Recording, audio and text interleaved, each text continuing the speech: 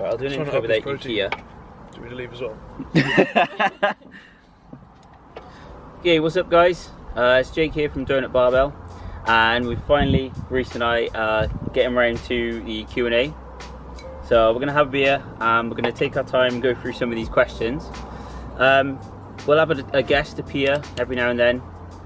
Sabrina hopefully will come in and answer a few questions as well. Alright, so question one. We've got, what's your take on the Bulgarian Method? And this is from Dom. So for those who don't know, the Bulgarian Method is essentially you're going into the gym every day and you're working to a daily max. So it's not a true max, you're not trying to hit a competition max every day. Have you ever used it? Bulgarian? No. I've not used it myself. I've seen a lot of people use it, and like to varying success, I think it relies a lot on personal accountability. Yeah. And like maturity in training. You've got to be able to call it when you need to call it. So yeah, that would be my take on it, is that whilst there is a lot of people that you'll see with success from it, it's going to require a lot of intuitive training. So you're going to have to know when to pull back, and the younger your training age, the harder that's going to be. And I think on top of that, the amount of recovery that you need as well. So if you're relatively young and you don't really have a stressful job and you don't have to pay the mortgage and you don't have to look after the kids, then you might have enough left over to recover from it. If you are going to work and you have got a lot of stuff going on in your life, then in my book it's probably not for you. Yeah, 100%. It's definitely a training methodology that you need to invest in. Like any other, it takes time for you to adapt to that style of training. So initially it's going to feel like hell, and then there'll be a period where you hit PRs constantly, and then it'll flatline and your progress is going to be much slower. Yeah, I'd have to agree. Yeah. So yeah, if you can commit to it, get through the start, the middle, and then see it through to the end, whereby it'll probably pay dividends, especially for a sport like powerlifting where maximal strength is key. I've had one of the guys I train for strongman, he's done Bulgarian Method for years, and the minute I asked him to do more than sets of 3 with anything over 70%, he's cramping up, he's on the floor gassing, and it took a long time to essentially undo and adapt to, you know, something that in my opinion he should have done for a long time, was be able to operate in high rep ranges. But again, it's sport specific, so especially for strongman. Yeah. So, alright Dom, so yeah, there's our take on it. If you do have the recovery and you think you are mature enough to know when to stop, then give it a whirl. It's as good as anything else. Sabrina, can you come and help us with the female question?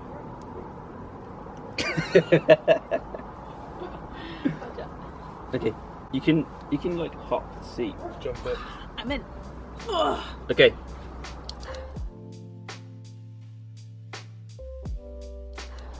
So we got a question from Grace. Do we have any nutrition tips for women when training or competing during their period? So we're gonna look at you for this one.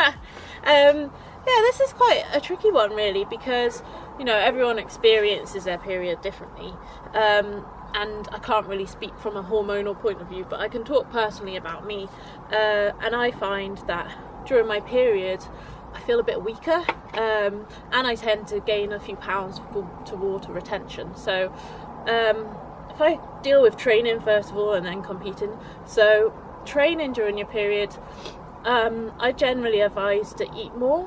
You know, you're going to be feeling weaker, there's a lot going on, you're going to be knackered most of the time, or personally I am, so definitely increase your carbs around this time. You know, you might be feeling kind of less focused, so it's not really a nutrition tip, but when you're training around your period, just focus a little bit more on technique. You might not want to go quite as heavy, you know, just really make sure that you're nailing those lifts and you're not putting yourself at risk of injury.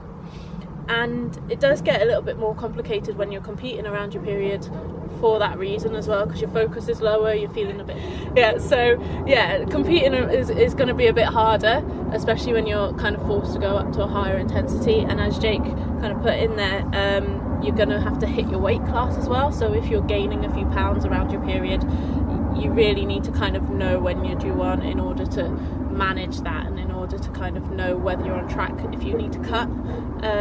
For me, I love a water cut.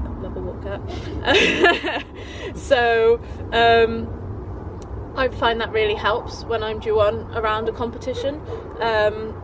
Increasing your water and then kind of cutting just before helps like increase your water excretion. So you're gonna drop more weight rather than retain it, especially if during your periods. The other thing with nutrition as well, around competing, is you're going to have to be a little bit more careful. So it's different to training. If you're training, then go for it, hit the carbs, really fuel yourself up. But then around your period, just be mindful that you are going to be retaining more water. So you might not be able to up your carbs as much around competition, because you want to manage that weight gain. So that's pretty much all I have to say on that. I think the best time I find actually for lifting and for training is kind of the week after my period. So if you've got any competitions coming up around then, that's going to be looking good for you for PBs. That's pretty much it. Anything to add, boys? Anything? If you're cutting weight, using a water cut into a comp, would you see a more drastic drop in water into the competition, because you're essentially shedding the extra water you're holding from any retention prior to the beginning of the water cut? Do you know, it's not something that I've measured really. Because say if you drop 3 kilos from a regular cut, but you're holding more water, will you get rid of it all, or will it reset back to that, whatever standard you were at before, providing you're still at the same sort of hormonal balance? In theory, you'd go down past, you'd go down past your into kind like of period deficit, weight, into like a lower body weight. Yeah. But you just have to kind of cut harder. Like you'd have to increase your water more than you would on a normal water cut. If you don't water cut, then it might be an idea to add that in. That should be more beneficial. Yeah.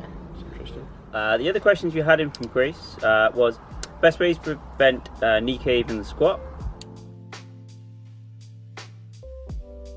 So in regards to your technique and your setup, so I think this is quite a difficult one to answer without seeing it, because some degree of knee cave is okay and some degree of knee cave is actually encouraged to get you out of the hole.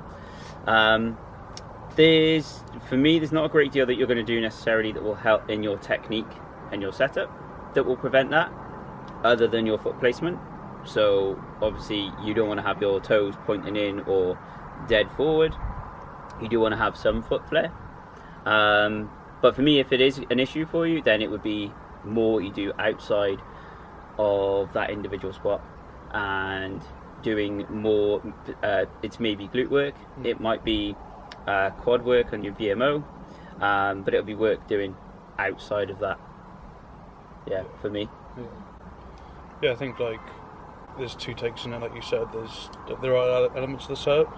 So on the rare occasion that I do squat, I found that when I started squatting in wraps with an ultra wide stance, be it the wrap or just be it the fact that I could hold heavier weights on my back, once I became fatigued, my knees would start caving. It was never an issue I had before.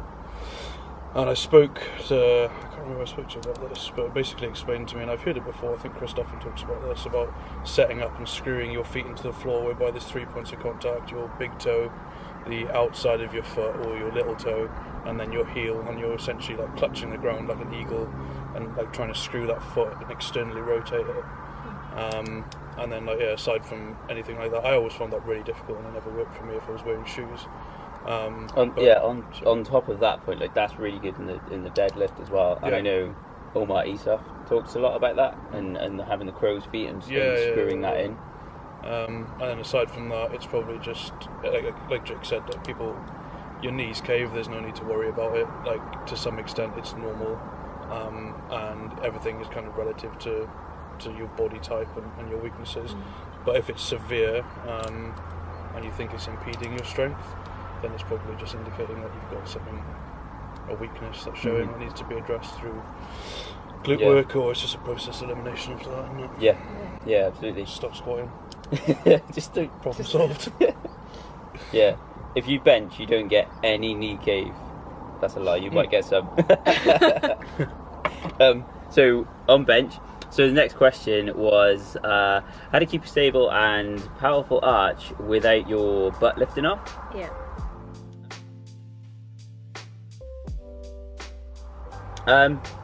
Okay, for me, if someone does have an issue with their butt coming off the bench, then I will take their feet wider until they can maintain the strongest arch possible without their butt coming off. So it might be a case of every time you go and do a session, you just take your feet out 1 inch wider. I think ideally you want to get your feet as close in as you can, but then the closer in you go, the more leg drive you get, the more likely is that your butt is going to come off. Would you go wide and then back as far as possible then, without your heels coming off? So I think, basically, I think on 2 points I'd probably be an exception to this. So, I think for a bigger lifter, I arch pretty hard in my bench, but then from competing outside of the IPF, I'm allowed to keep my heels off the ground, which essentially almost makes the point null because I can tuck my feet so far behind me. You are not going to get that butt off. It completely mitigates leg drive. I've never used leg drive consciously anyway, so everything is pretty much benching from the waist up. But I've seen from other guys bringing your feet out, or even if the further out they come, the further back they come as well. Yeah. Whereas most guys are trying to grip that bench with the forward foot, and then they rely heavily on leg press, and that's a skill. It's a difficult thing to pick up. Yeah, leg drive. I think in the bench is another learned skill. Yeah. That you'll get. So I think you try. If you can't bench whilst keeping your ass on the bench, learn to do that first. Yeah. And then try and implement the leg drive, because it might not benefit you by that point. Just do what I do and just bench you flat. It's Yeah, like in your level 2 gym instructor handbooks, just lie flat on the bench. And if all else fails, just put your feet on the bench. Keep your shoulders untucked. Ride the tiger. Okay, so the next question from Key Strength, might be Cheese Strength, we're not sure. Cheese strength. We'll say QI. That's a cool name. QI, yeah. So is a rapid cut better, or longer term, more sustainable cut better in terms of losing as little strength as possible?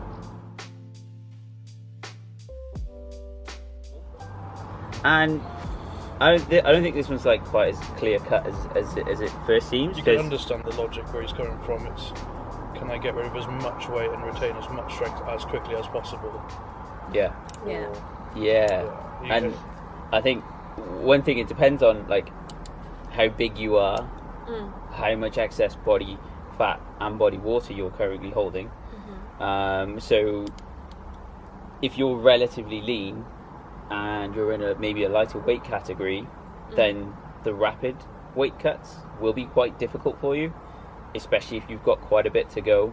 So you are going to have to be more conscious of it and maybe think of it ahead of time. Stop making eye contact with me when you say that. I started talking about lean people and he just looked at you and said, Just look. Pick up Rhys. The general rule would be, the bigger you are and the more you've got to lose, the less stringent the rules need to be.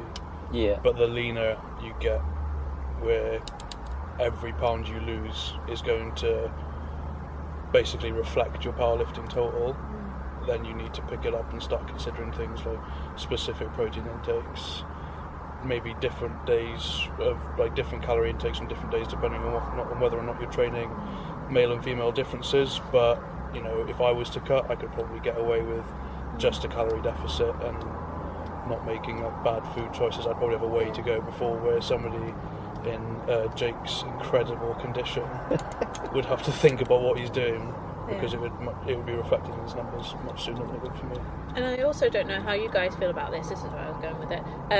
But in terms of body shape as well, if you think about, if you've dropped a lot of weight in a short amount of time, do you have the time to adjust your technique or your stability to your new kind of body shape? 100%. Yeah. If you're narrower, Changing mechanics completely, and then The other thing you've got is that, so exactly what you're saying is, you know, if you lose weight and your spot mechanics change, you might lose strength, you might lose numbers off your total, which isn't necessarily strength. It's actually just because now you need to move differently. So you have to invest in like a program where you're going to give yourself time to train, and not get scared as soon as the numbers drop off and think I've lost the strength.